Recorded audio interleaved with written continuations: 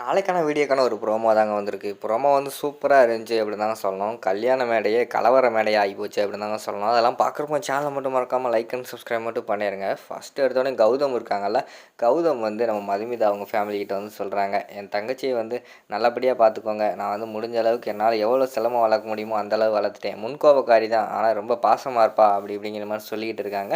அவங்களும் என்ன சொல்கிறாங்கன்னா, நீங்கள் ஒன்றும் பயப்படாத தம்பி, எங்களுக்கும் ரெண்டு பொண்ணுங்க இருக்காங்க. அவங்கள நான் எப்படி வளர்த்தனோ அதே மாதிரி தான் நான் வளர்ப்பேன் அப்படிங்கிற மாதிரி சொல்லிகிட்டு இருக்காங்க.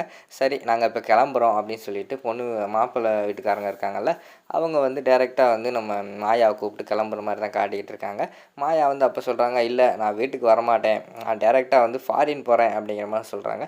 என்னது ஃபாரின் போகிறியா, ஃபாரின்லாம் எதுக்கு போகிற அப்படிங்கிற மாதிரி வந்து நம்ம ஜீவா வந்து கேட்குறாங்க. ஆமாங்க, நமக்கு தான் கல்யாணம் முடிஞ்சில, நான் வந்து ஹனிமூன் போகணும்னு சொல்லிட்டு டிக்கெட் எல்லாம் புக் பண்ணியிருக்கேன் அப்படிங்கிற மாதிரி சொல்கிறாங்க.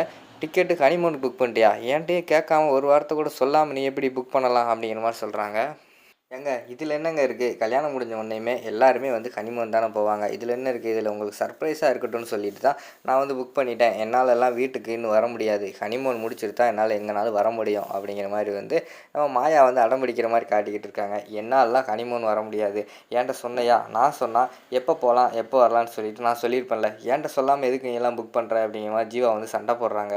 இப்போ எதுக்குங்க, இப்போ எதுக்கு உங்களால் வர முடியாது, என்ன ஆச்சு, இப்போ என்ன கல்யாணம் தான் முடிஞ்சு போச்சுல, கல்யாணம் முடிச்சுட்டு தானே ஹனிமூன் போவோன்னு சொல்கிறேன், அதுக்கு முன்னாடியே சொல்லிக்கிட்டு இருக்கேன், ஒழுங்காக வாங்க அப்படிங்கிற மாதிரி சொல்கிறாங்க. அதெல்லாம் வர முடியாது, எங்கள் அக்காவுக்கு வந்து கல்யாணம் முடிய வேண்டியிருக்கு, இன்னும் கொஞ்ச நாளில் வந்து எங்கள் அக்கா கல்யாணம் இருக்குது, நீ ஹனிமூன் பிளான் போட்ட ட்ரிப்பில் எங்கள் அக்காவுக்கு கல்யாணம் நடக்கும், எங்கள் அக்கா கல்யாணத்தை நான் பார்க்காம என்ன பண்ணுறது, அது மட்டும் இல்லாமல் முக்கியமாக வந்து எங்கள் அக்காவுக்கும் உங்கள் அண்ணனுக்கும் தான் கல்யாணம் நடக்க போகுது, அப்படிங்கும்போது உங்கள் அண்ணன் கல்யாணத்தை விட்டுட்டு நீ எப்படி ஹனிமூனெல்லாம் போய் என்ஜாய் பண்ணிக்கிட்டு இருப்ப அப்படிங்கிற மாதிரி வந்து ஜீவா கேட்குறாங்க. எனக்கு எங்கள் அண்ணன் கல்யாணம்லாம் எனக்கு முக்கியம் கிடையாது, எனக்கு வந்து என்னோடய ஹனிமூன் தான் முக்கியம் அப்படின்னு சொல்லிட்டு அந்த இடத்துல வந்து ரொம்ப ஹார்ஷாக பேசிடுறாங்க. அதை கேட்டவொடனே கௌதமுக்கு வந்து ரொம்ப மனசே வருத்தமாயிடுது. நம்ம இந்தளவு பார்த்து பார்த்து மாயாக்காக பண்ணோம், ஆனால் நம்மளோட கல்யாணத்தை கூட அவளால் இருந்து பார்க்க முடியலைன்னா என்ன அப்படின்னு சொல்லிட்டு அவங்க ரொம்ப ஃபீல் பண்ணுறாங்க. அவங்க ஃபீல் பண்ணுறதை பார்த்து மதுமிதா வேறு ஃபீல் பண்ணுறாங்க. சார், கௌதம் வந்து தன்னோட மகளை போல் வந்து அவங்க தங்கச்சிக்கு வந்து கல்யாணம் பண்ணி கொடுத்தாரு, ஆனால் கடைசியில் அவள் கல்யாணம் கூட முக்கியம் இல்லை அப்படின்னு சொல்லிட்டு அவள் இப்படி சொல்கிறாளே அப்படின்னு சொல்லிட்டு யோசிச்சுட்டு இருக்காங்க.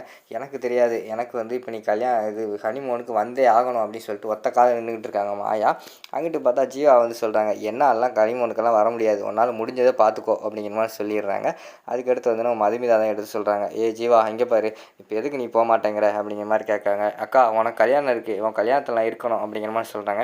இப்போ என்ன, என் கல்யாணம் தானே, எல்லா பொண்டாட்டியுமே தான் கணவர் வந்து தான் விருப்பப்பட்டதை வந்து நிறைவேற்றி வைக்கணும் அப்படின்னு சொல்லிட்டு ஆசைப்படுவாங்க. அப்படி நிறைவேற்றி வைக்கிறதா உண்மையான கணவனும் கூட. அதனால் என் கல்யாணத்தெல்லாம் நான் பார்த்துக்கிறேன், இப்போ கல்யாண பொண்ணு நான் தானே, நானே சொல்கிறேன், நீ வந்து என் கல்யாணத்துக்கெல்லாம் வர வேண்டாம், நீ வெளிநாடு கிளம்பு அப்படிங்கிற மாதிரி சொல்கிற மாதிரி காட்டிக்கிட்டு இருக்காங்க.